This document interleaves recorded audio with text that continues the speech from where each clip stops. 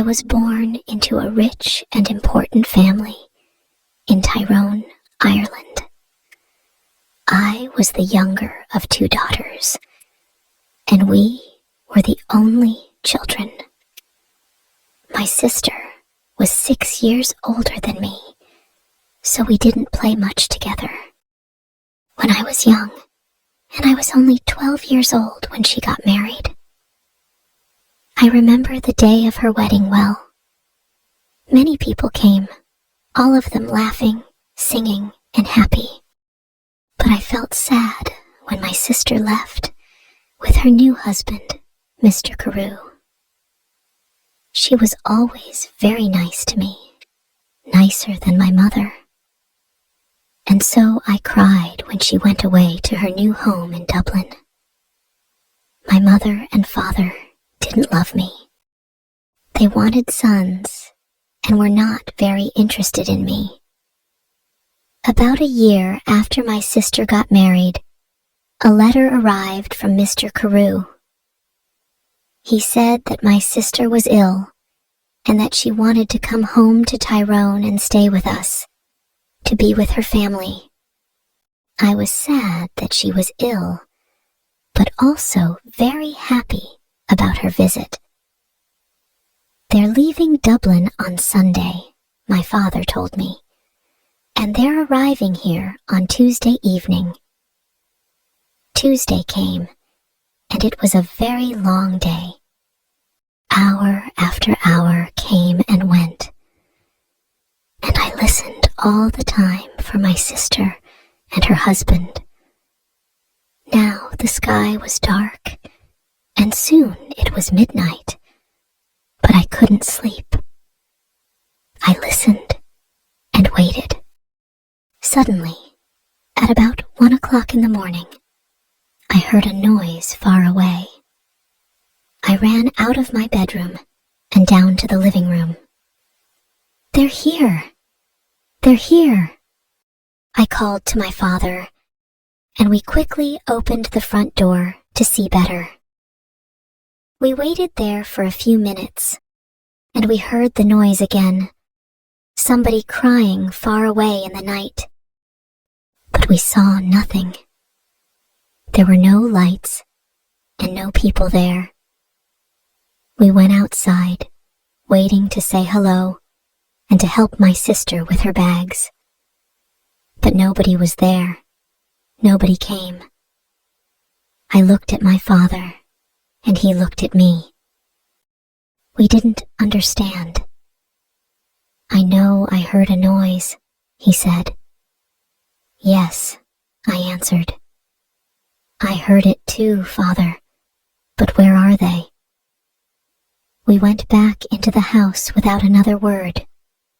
We were suddenly afraid. The next day, a man arrived and told us that my sister was dead.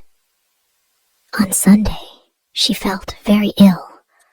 On Monday, she was worse. And on Tuesday, at about 1 o'clock in the morning, she died. At the same time that we were outside the house, in the night, waiting for her. I never forgot that night. For the next 2 years, I was very sad. You could say that I stopped living. I didn't want to do anything or speak to anyone. Mr. Carew soon married another young woman in Dublin, and I felt angry that he forgot my sister so quickly. I was now the only child of a rich and important family. So before I was 14 years old, men started to visit our home. They wanted to meet me, and perhaps to marry me. But I didn't like any of these men, and I thought I was too young to be married. When I was 16, my mother took me to Dublin. "Dublin is a big city," she said. "We're going to meet richer and more interesting men than the ones back home in Tyrone. We can easily find you a good husband in Dublin."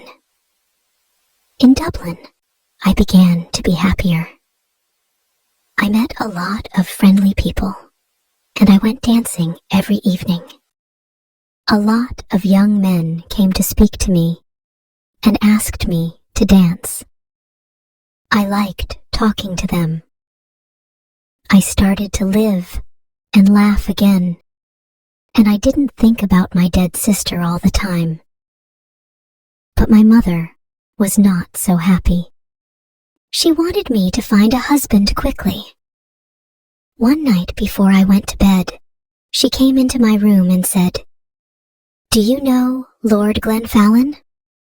"Oh yes," I answered. "He's that ugly old man from Cahergilla." "He's not ugly, and he's not old, Fanny," my mother said quickly. "He's from a very rich and important family too, and he wants to marry you. He loves you." "Loves me? Wants to marry me? But he's making a mistake, Mother," I said. "I don't love him. I can't marry somebody I don't love." "Think about it, Fanny," my mother answered quietly. "He's a good man, and he wants to marry you. You're a very lucky young woman." My mother left the room, and I sat quietly for a long time. Lord Glenfallen was a nice, friendly man, I thought. I didn't love him, no, but I did like him. He always talked about interesting things. I never felt happy at home with my mother and father, but I always felt better when I talked to him. The next morning when I saw my mother, I said only one word: yes. Lord Glenfallen and I got married the next spring, and 2 days after our wedding, we said goodbye to my family and left Tyrone.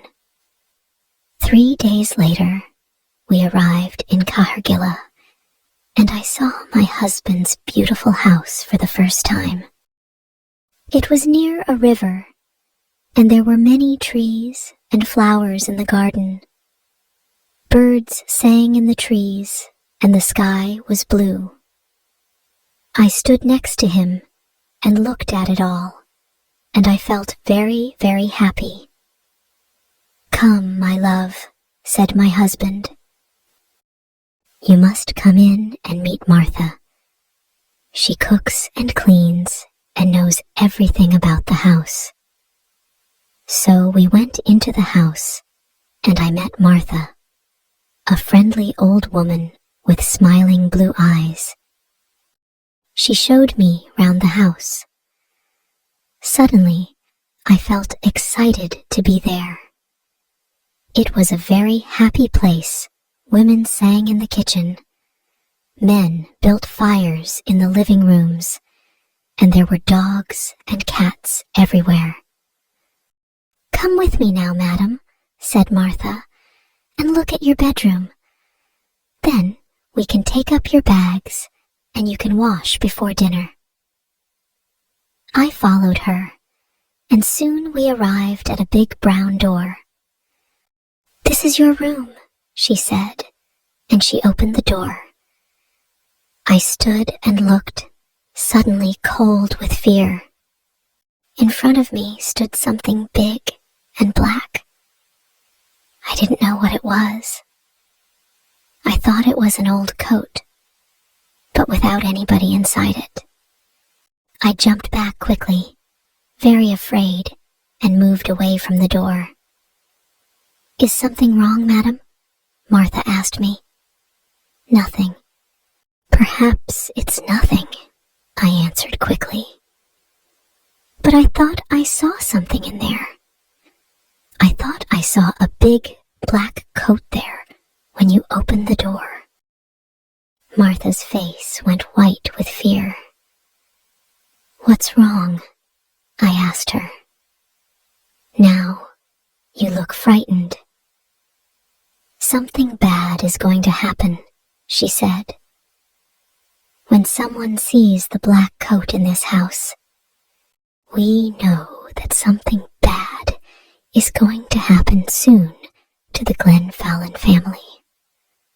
I saw the black coat when I was a child, and the next morning old Lord Glenfallen died. Something bad is going to happen now, madam. I know it. We went down to have dinner. I felt unhappy and afraid, but I didn't say anything to my husband about the black coat. I wanted to forget about it and be happy again. The next day, Lord Glenfallen and I went for a walk together to look round the house and gardens because I wanted to know my new home better. I like this house and all the people here, I said, and I'm happy to be here with you. It's much better than Tyrone. My husband was quiet for a long time. He walked with his head down, thinking. Then, suddenly, he turned to me, took my hand, and said, "Fanny, listen to me. Listen carefully. There's something I must ask you. Please, only go into the rooms in the front of the house. Never go into the rooms at the back of the building or into the little garden by the back door. Never. Do you understand me, Fanny?" His face was white and unhappy. I understood his words, but I didn't understand why he was suddenly a different man. Here at Cahergilla, he never smiled or laughed anymore. Perhaps the back of the house was dangerous, I thought. But he didn't want to talk about it anymore. We went back to the house without speaking, and again I tried to forget his words and to be as happy as I was before. It was about a month later that I met the other woman for the first time.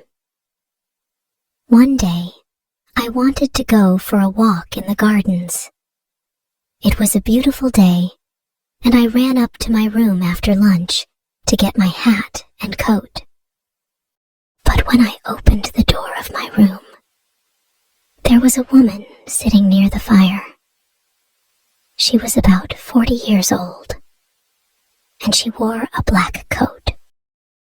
Her face was white, and when I looked closely, I saw that her eyes were white too. She was blind. "Madam," I said, "this is my room. There is a mistake." "Your room," she answered. "A mistake?" "No, I don't think so." "I don't think there's a mistake. Where is Lord Glenfallen?" "Down in the living room," I said. "But who are you, and why are you here in my room?" "Tell Lord Glenfallen that I want him," was all she said. "I must tell you that I am Lady Glenfallen, and I want you to leave my room now," I said. "Lady Glenfallen? You are not, you are not," she cried, and hit my face very hard. I cried out for help, and soon Lord Glenfallen arrived. I ran out of the room as he ran in, and I waited outside to listen at the door. I did not hear every word, but I knew that Lord Glenfallen was very angry, and the blind woman was very unhappy. When he came out, I asked him, "Who is that woman, and why is she in my bedroom?" But my husband didn't answer me. Again his face was white with fear. His only words were, "Forget her."